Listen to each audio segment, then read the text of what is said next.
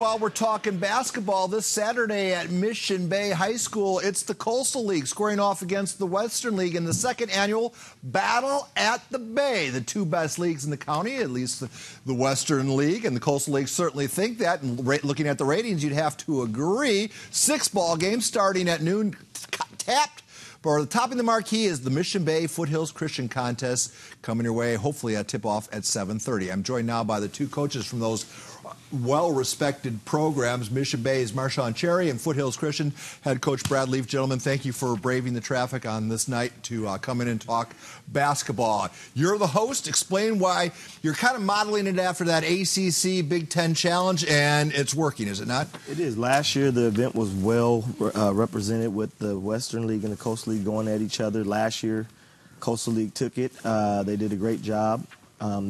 Like I said, we're following that suit of the ACC base versus the Big Ten Challenge. It was great. The teams play well. It was a good crowd, and we just want to bring good basketball to San Diego. Coach Leaf, we're looking at the max prep ratings, which are going to, like in football, are going to determine the open division. The Coastal League is doing really, really well. Yeah. But will that computer work against you? Will everybody who deserves to be in the Open Division Premier League end up in the Open Division playoffs? I don't think so. So what do you think of max preps? I don't think any coaches understand how it works. I think they need to try to make another solution to try to get the seeding. To have all that many good teams, does it make your program better to have that kind of competition in your league? 100%. We're ready when the CIA playoffs start. 100%. Not a lot of nights off, right? No. Coach, he's got the big three. You got Boogie. I wrote that myself, by the way. Young man's got 2 bad wheels, right? 2 bad ankles? He does. He's in therapy as we speak. Boogie is a workhorse, and he's a competitor. He's going to do everything he can to get on the floor. He's, like I said, he's going to go to therapy twice a day. He's in the gym doing what he has to do because, like I said earlier, his cousin actually plays for Foothills, which is DJ, who's a very talented player himself. So I'm sure they're looking forward to going at each other. And just so everybody knows, we have a few other guys that are pretty good too. So. Yeah, you know what? And I feel bad because we got so involved, got to know the young man, yep. So we get so wrapped up in the Duke hype that we forget that you have one heck of a roster. You want to plug some of your guys? We have our big guy in the middle, Ronnie Lattin. We have one of our sharpshooters, Jay Norton, and then we have one of the best slashers in the county, and Andre Scott. And then our other guard is Savon Davis. All right, so while we're on the topic of elite athletes, you've coached your share, including Tayshawn Cherry, no relation to Coach Cherry, who is now tearing it up at Arizona State, but he left your program under less than ideal circumstances, auspicious circumstances.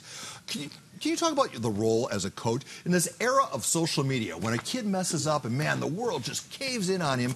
How do you help navigate him to that, to teach, hey, it's bad on Thursday, but it's going to be better on Sunday? How do you deliver that lesson? Well, 10 years ago, it was a lot easier because there was no social media. So you could deal with it a lot easier, and you could navigate through that and get kids through that. Now there's parameters, and then when they continue going past outside these parameters and then start dabbling in the social media and getting crazy with the social media, everybody knows what's going on, and it's just backfires. Do you have much of a relationship with Tayshawn right now? Right now, no, I don't. The kids do on my team. They still, whatever they do, however they do it. Speaking of relationships, the relationship between coaches and officials, referees, is a unique one, a special bond. What is the state of officiating in the San Diego section right now? I would have to say that the best refs are the refs that come to the game, that'll talk to the coaches, that are coming to do their best work, don't bring any type of old luggage with them from maybe a past game or whatever. Just come to the workplace to be happy and do the best for the kids. This is about the kids, so you don't take up something against a coach if you have it. It's about the kids. And like I said, there's a lot of good refs, and there's some that, need to work on a little bit. You could get elected. What a political. I like Coach Marshall. Well, let me ask you.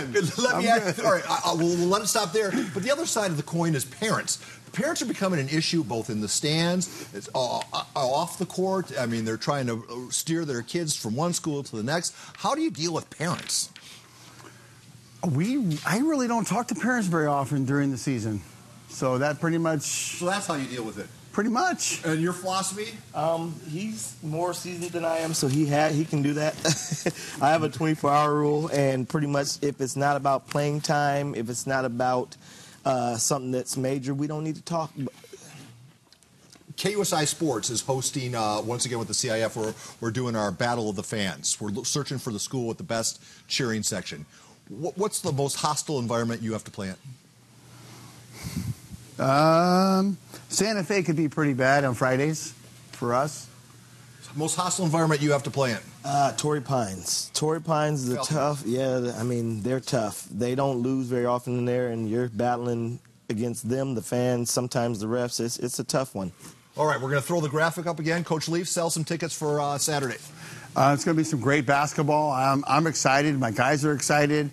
We have 6 games there, and all of them are going to be, they're really evenly matched, and I'm excited about the people that can come out and watch these 6 games. Coach Sherry, you got the last 10 seconds. Like you said, come out, watch some good basketball. You've got 2 of the top 4 teams in the county taking on each other. There's 2 rematches from CF with us, and then you have Christian taking Francis Parker on. That's a rematch from D2, and they have a little bad blood that I can't get into, but these are going to be some very good games. If you enjoy basketball, be at Mission Bay on Saturday. You'll enjoy it. $12 for 6 games. That's $2 a game. I did that math by myself as well.